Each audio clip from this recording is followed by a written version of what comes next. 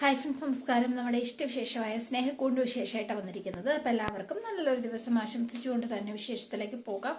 തുടങ്ങുമ്പോൾ തന്നെ കാണുന്നത് നമ്മുടെ പ്രതാപനെയും ആണ്. അപ്പോൾ പ്രതാപൻ പുറത്താക്കി ഇറങ്ങിയിട്ട് കാറിലേക്ക് കയറി വരുമ്പോൾ നമ്മുടെ ഇന്ദ്രൻ മാസ്ക് ഒക്കെ വെച്ച് കാറിലിരിക്കുകയാണ്. ആകെ പേടിച്ചു പോയിട്ടോ. അയ്യോ, താൻ ആരാ, എന്താ എന്നൊക്കെ ചോദിച്ച് വേഗം കാറിൽ നിന്ന് ഇറങ്ങാൻ തുടങ്ങിയപ്പോൾ എടോ ഇന്ദ്ര, അല്ല എടോ പ്രതാപ, താൻ അവിടെ നിൽക്ക് എന്ന് പറഞ്ഞ് ഇന്ദ്രനെ അവിടെ പിടിച്ചു നിർത്തുക. താനോ, താനെന്ത് ഈ വേഷത്തില്, ഇതെന്താ ഇങ്ങനെ എന്ന് ചോദിച്ചു. ഇനിയിപ്പോ എന്റെ വേഷം ഇതൊക്കെയാ എന്ന് പറഞ്ഞു. അതെന്താ താൻ അങ്ങനെ സംസാരിച്ചത്, എന്താടോ തനിക്ക് പറ്റിയത്, അതൊന്നും വലിയ കാര്യാക്കണ്ട എന്നിങ്ങനെ പറയാണ്. എടോ, നാടകത്തിൽ വല്ല താൻ അഭിനയിക്കാൻ പോണ്ടോ, അതോ വല്ല സർക്കസിലും ചേർന്നോ? രണ്ടും ശരിയാ.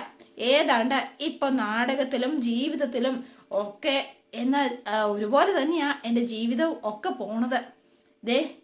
കോമാളിയായിട്ടാ ഇപ്പൊ ഞാൻ വേഷം കെട്ടിക്കൊണ്ടിരിക്കുന്നത്. എന്റെ സർക്കസ് അതാ എന്ന് പറഞ്ഞു. ഞാണിമ്മേ കളിയാണല്ലോ എന്റെ ഒരു ജീവിതം എന്ന് പറയണത്. അതുകൊണ്ട് ഞാൻ സർക്കസുകാരനും കൂടിയാണ്. അവള് പോണെങ്കിൽ പോട്ടെ ഇന്ദ്ര, അവളേക്കാൾ കൊള്ളാവുന്ന എത്രയോ പെൺപിള്ളാരെ തനിക്ക് കിട്ടും. ഉപ്പോളം വരുവോടെ ഉപ്പിലിട്ടത് എന്ന് ചോദിക്കാണ്. ഉപ്പിലിട്ടത് വേറെ ഉപ്പ് വേറെ എന്ന് മനസ്സിലാക്ക. പല്ലവിയേക്കാൾ നല്ലൊരു പെണ്ണിനെ ഇനി എന്റെ ജീവിതത്തിൽ എനിക്ക് കിട്ടില്ല. അതെ, ശരിക്കും പറഞ്ഞാൽ ഈ മാനസിക രോഗിയെ കെട്ടാനായിട്ട് ആരാ തയ്യാറാവുന്നത്? തനിക്കൊരു പെങ്ങളുണ്ടെങ്കിൽ താൻ എനിക്ക് കെട്ടിച്ചു തരുവോ? അല്ല അത് എന്ന് പറഞ്ഞ വെക്കാണ്. ഇല്ല, ആരും അത് ചെയ്യില്ലടോ. അത് തന്നെയാ എന്റെ ജീവിതത്തിൽ ഇനി സംഭവിക്കാൻ പോണത്. എന്റെ ജീവിതത്തിൽ ഒരിക്കൽ പോലും ഇനി കുടുംബജീവിതം ഉണ്ടാവില്ല. ഞാൻ എല്ലാ അർത്ഥത്തിലും തോറ്റുപോയി, ഉറപ്പായിട്ട് ഞാൻ തോറ്റുപോയി പ്രതാപ. ഇനി എനിക്ക് എന്താണെങ്കിലും അവളൊപ്പവും ജീവിക്കാൻ പറ്റില്ല. അങ്ങനൊന്നും പറയരുത് എന്റെ ഇന്ദ്ര. ഒരു വാതിൽ അടയുമ്പോ മുമ്പ് തന്നെ വേറെ തുറക്കും. ഇല്ലടോ, ഒരിക്കലും ഇല്ല. ആ പ്രതീക്ഷ എനിക്കില്ല എന്ന് പറഞ്ഞു. ഇനിയുണ്ടല്ലോ, ഞാൻ എന്താന്ന് തനിക്കറിയോ? ഇതുവരെ താൻ കണ്ട ഇന്ദ്രൻ, അയാൾ മരിച്ചു. ആ ഇന്ദ്രന്റെ ശവടക്കൂടെ കഴിഞ്ഞിട്ടാ ഞാനിപ്പോ വന്നിരിക്കുന്നത്. എന്ന് ചോദിച്ചു പ്രതാപൻ. ഈ മാസ്ക് താൻ കണ്ടോ? ഇതെന്താന്നറിയോ? ഇതാണ് ഞാൻ, ജോക്കർ. ജോക്കർ എന്ന് കേട്ടിട്ടില്ലേ? കോമാളി.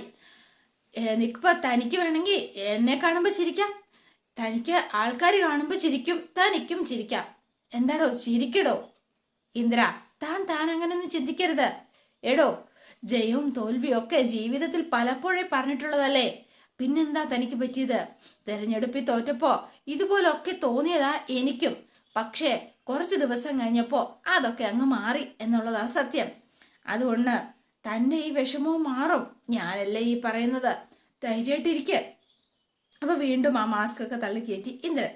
എന്നിട്ട് ഇങ്ങനെ കോമാളിയുടെ ലുക്കുമായിട്ട് ഐ എം എ ജോക്കർ എന്നൊക്കെ പറഞ്ഞ് വേഗം വണ്ടിയിൽ നിന്ന് ഇറങ്ങി അങ്ങ് പോവാണ് കേട്ടോ. അയ്യോ ഷോ, ഇയാളുടെ ഈ അവസ്ഥ കണ്ടിട്ട് പ്രതാപനും ആകെ ഷോക്കായി പോയി. എന്നിട്ട് ഇന്ദ്രൻ ഇങ്ങനെ ഓരോ കോപ്രാന്തും ഒക്കെ കാണിച്ചുകൊണ്ട് നിൽക്കുകയാണ്. കാണുന്നത് ശോഭനയും പാറുവിനെയാണ് കേട്ടോ. അവർ രണ്ടുപേരുടെ ഇങ്ങനെ ആകെ ടെൻഷൻ അടിച്ച് ഇങ്ങനെ നിൽക്കുകയാണ്. അപ്പോൾ ഇതുവരെ അവരെ കാണുന്നില്ലല്ലോ മോളെ, അവരെവിടെ എന്തായിരിക്കും ഇത്രയും താമസിക്കുന്നത് എന്നിങ്ങനെ ചോദിക്കാം. കോടതി കാര്യമല്ലേ അമ്മേ, അതുകൊണ്ടായിരിക്കും.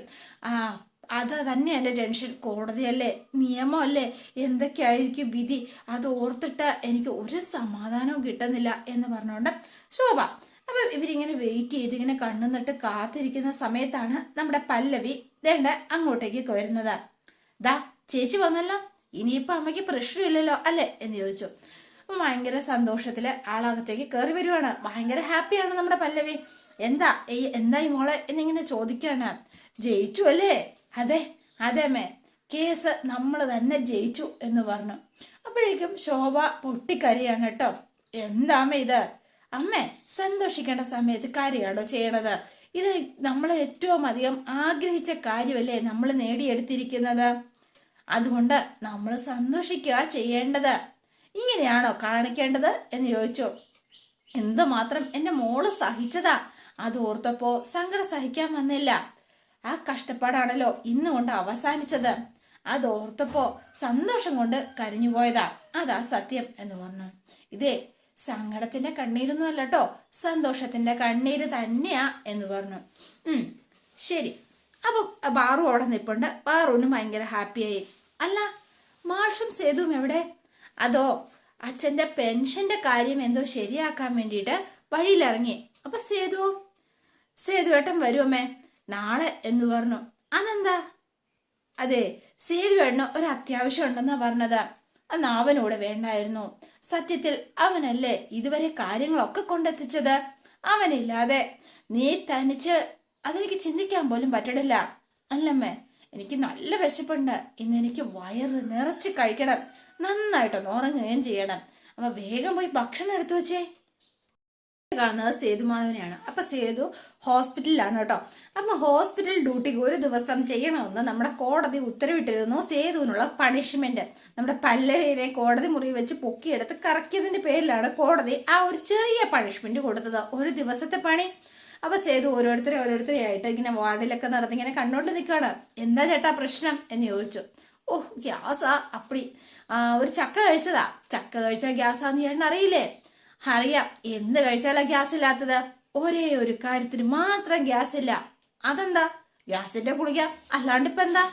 അപ്പൊ പിന്നെ കാണുന്നത് അടുത്ത് കിടക്കുന്ന ഒരമ്മേനെയാണ് കേട്ടോ. അപ്പം അവിടെ നിന്ന് ആ അമ്മേനെ ചെന്ന് കണ്ടു. എന്താ വിശേഷം എന്നൊക്കെ ചോദിച്ചു. അപ്പം അമ്മ ഇങ്ങനെ വിശേഷങ്ങളൊക്കെ പറയാണ് കേട്ടോ. അമ്മയുടെ അസുഖമൊക്കെ കുറയാറായോ എന്ന് ചോദിച്ചപ്പോ ഏയ് ഇല്ല, ഇനി ഇപ്പം മേളിലോട്ട് പോയാൽ മതി, അല്ലാതെ ഇപ്പൊ ഇനി എന്താ മക്കളെ, ഭക്ഷണമൊക്കെ കഴിച്ചോ? ഇല്ല, സമയത്തിന് ആഹാരമൊക്കെ കഴിക്കണം, ഒന്നും വേണ്ടാന്ന് വെക്കരുത് കേട്ടോ. പിന്നെ നമ്മുടെ ജീവിതത്തില് ആർക്ക് വേണ്ടിയിട്ടും ഒന്നും കളയണ്ടെന്നേ. നമ്മൾ നമുക്ക് വേണ്ടി കൂടി ജീവിക്കണം കുറച്ചൊക്കെ, അല്ലെങ്കിൽ പിന്നെ നാളെ നമ്മുടെ ആരൊക്കെ ഉണ്ടാവും എന്നൊന്നും പറയാൻ പറ്റില്ല.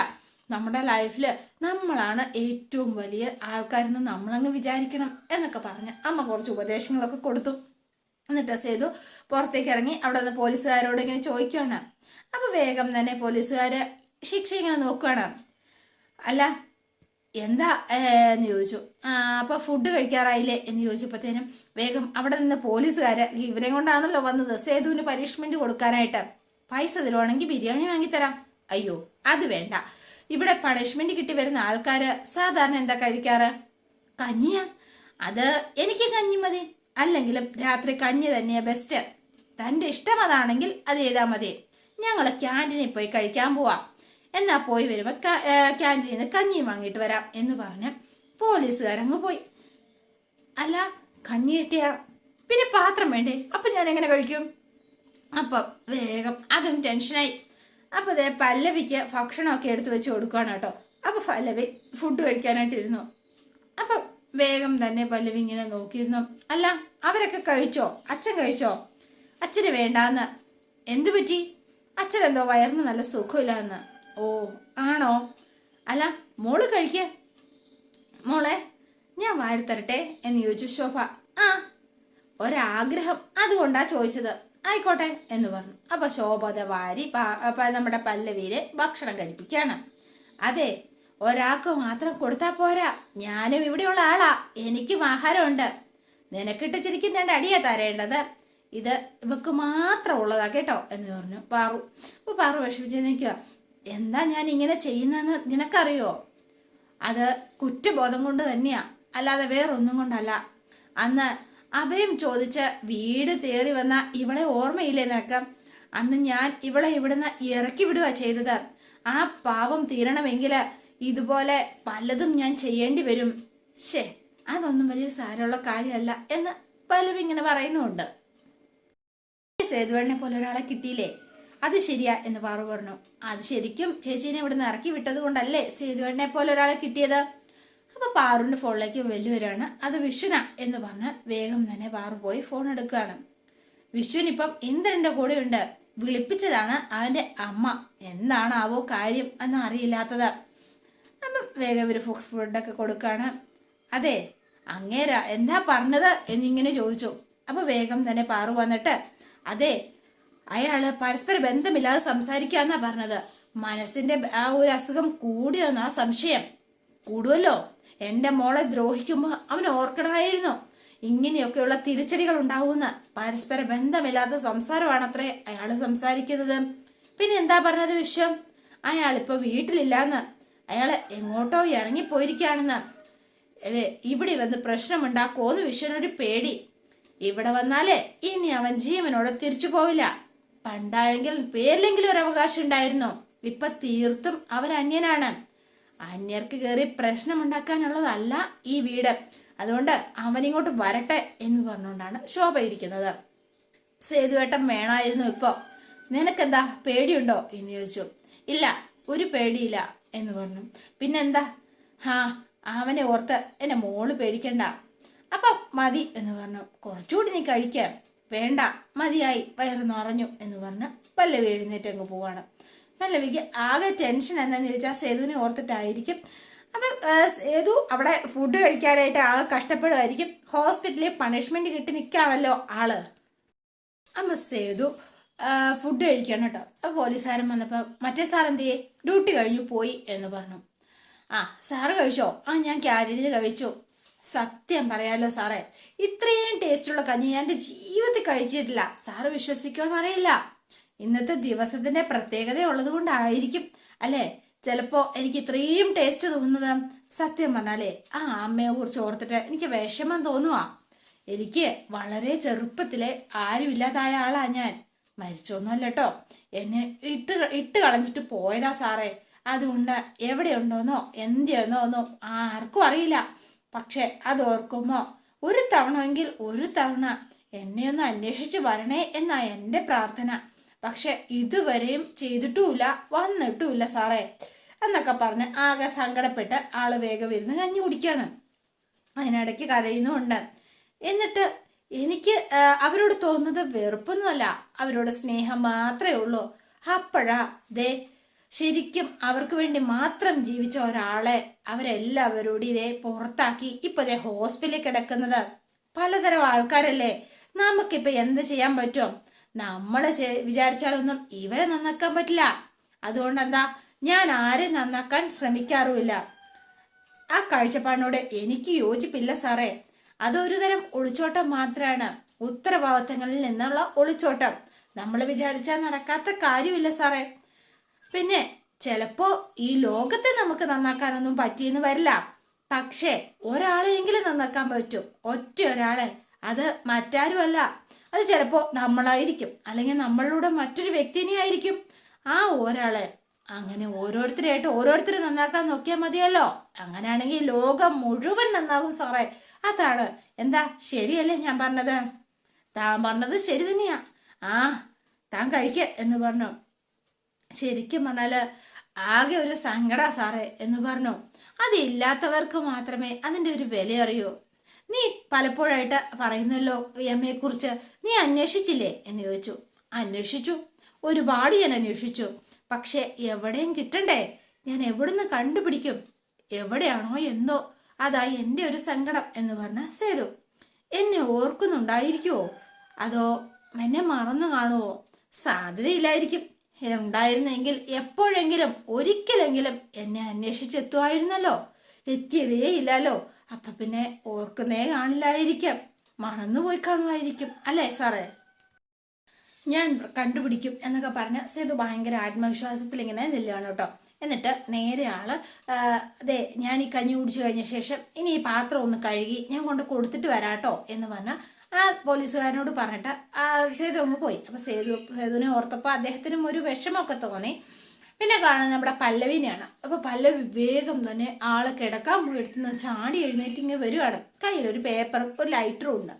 ഇതെന്തായിരിക്കും? അപ്പൊ നേരെ വേഗ സ്പീഡില് പുറത്തിറങ്ങി വന്നു. എന്നിട്ട് നമ്മുടെ ഇന്ദ്രന്റെയും പല്ലവിയുടെയും കല്യാണ ഫോട്ടോസാണ് കേട്ടോ എല്ലാം കൊണ്ടുവച്ച് ആ ഒരു ദേഷ്യം എന്ന് പറഞ്ഞാൽ അടക്കാൻ പറ്റുന്നില്ല പല്ലവിക്ക്. അതിങ്ങനെ കത്തിക്കാണ്. എന്താ പറയാ, ഇന്ദ്രനോടുള്ള ആ ഒരു ദേഷ്യം മുഴുവൻ ആ ഫോട്ടോയോട് കാണിക്കാം എന്ന് പറയാം. അത്രയ്ക്ക് ഇതില് ആ ഫോട്ടോസ് മുഴുവൻ അവിടെ നിന്ന് കത്തിച്ച് കളയാണ് പല്ലവി. അപ്പൊ ഇത് ഇങ്ങനെ രാത്രി തന്നെ ഇങ്ങനെ കത്തിച്ചുകൊണ്ട് ഇങ്ങനെ നോക്കി നിൽക്കുകയാണ്. ഈ സമയത്താണ് ഇന്ദ്രൻ ആ മാസ്ക് ഒക്കെ അരിഞ്ഞ് ദേണ്ട അങ്ങോട്ടേക്ക് വരുന്നത്. അപ്പൊ ഇന്ദ്രനെ കണ്ടിട്ട് പല്ലവി ആകെ പേടിച്ചു പോയി. വേഗം തന്നെ ഈ മാസ്ക് ധരിച്ച ഇങ്ങനെ നിൽക്കുന്ന കണ്ടിട്ട് അയ്യോ എന്ന്. അപ്പൊ ഇന്ദ്രൻ നോക്കിയപ്പോ അവരുടെ രണ്ടുപേരുടെയും കല്യാണ ഫോട്ടോയാണെന്ന് മനസ്സിലായി ഇന്ദ്രന്. എന്നിട്ട് ഇങ്ങനെ നോക്കി അയ്യോ എന്ന് പറഞ്ഞ ഒറ്റ കാറിച്ച. അപ്പോഴേക്കും ശോഭ എഴുന്നേറ്റ് വരുവാണ്. ഇതാരാ എന്ന് ചോദിച്ചു. അയാളാമേ ഇന്ദ്രനാ എന്ന് പറഞ്ഞ് ഇവൻ മാസ്ക് നോക്കി കാണിച്ചു. കേസ് തോറ്റു, എല്ലാം നഷ്ടപ്പെട്ട ഒരു ഇന്ദ്രജിത്ത് അയാളാ. നീ എന്തിനാ ഇങ്ങോട്ട് വന്നത്? അതെ, യാത്ര പറയാൻ വേണ്ടി വന്നതാമ്മേ എന്ന് പറഞ്ഞു ഇന്ദ്രൻ. എന്തൊക്കെ വന്നാലും ശരിക്കും ഞാൻ താലി കെട്ടിയ പെണ്ണാണല്ലോ പല്ലവി, അതുകൊണ്ട് എനിക്കൊന്ന് യാത്ര പറയണം എന്ന് തോന്നി. ശരിയാണ്, ഒരുപാട് പെൺകുട്ടികളുമായിട്ട് എനിക്ക് അടുപ്പം ഉണ്ടായിരുന്നു എന്നുള്ളത് ശരിയാണ്. പക്ഷെ അവരെ ആരെയും ഞാൻ സ്നേഹിച്ചിട്ടേയില്ല. സ്നേഹിച്ചത് ദാ ഇവളെ മാത്രമായിരുന്നു, ഇവളെ മാത്രം ഞാൻ സ്നേഹിച്ചിട്ടുള്ളത് എന്ന് പറഞ്ഞു. അപ്പം പല്ലവി ഇങ്ങനെ സ്റ്റക്കായി നിൽക്കുന്നു. അതോടെയാണ് ഇന്നത്തെ വിശേഷം അവസാനിക്കുന്നത്. ഇനി നാളത്തെ വിശേഷം ഇതിലും ഗംഭീരമാണ്. എല്ലാവരും വെയിറ്റ് ചെയ്യുക. ഇഷ്ടപ്പെട്ടുവെങ്കിൽ ലൈക്ക് ചെയ്യാനും ഷെയർ ചെയ്യാനും മറക്കല്ലേ. തൊട്ടടുത്ത ബെൽ ബട്ടൺ കൂടെ ഒന്ന് ഞെക്കുകയാണെങ്കിൽ ഞാൻ ഇടുമ്പോൾ തന്നെ നോട്ടിഫിക്കേഷൻ ലഭിക്കുന്നതായിരിക്കും. പുതുപുത്തൻ വിശേഷമായിട്ട് എത്താം. Bye and see U.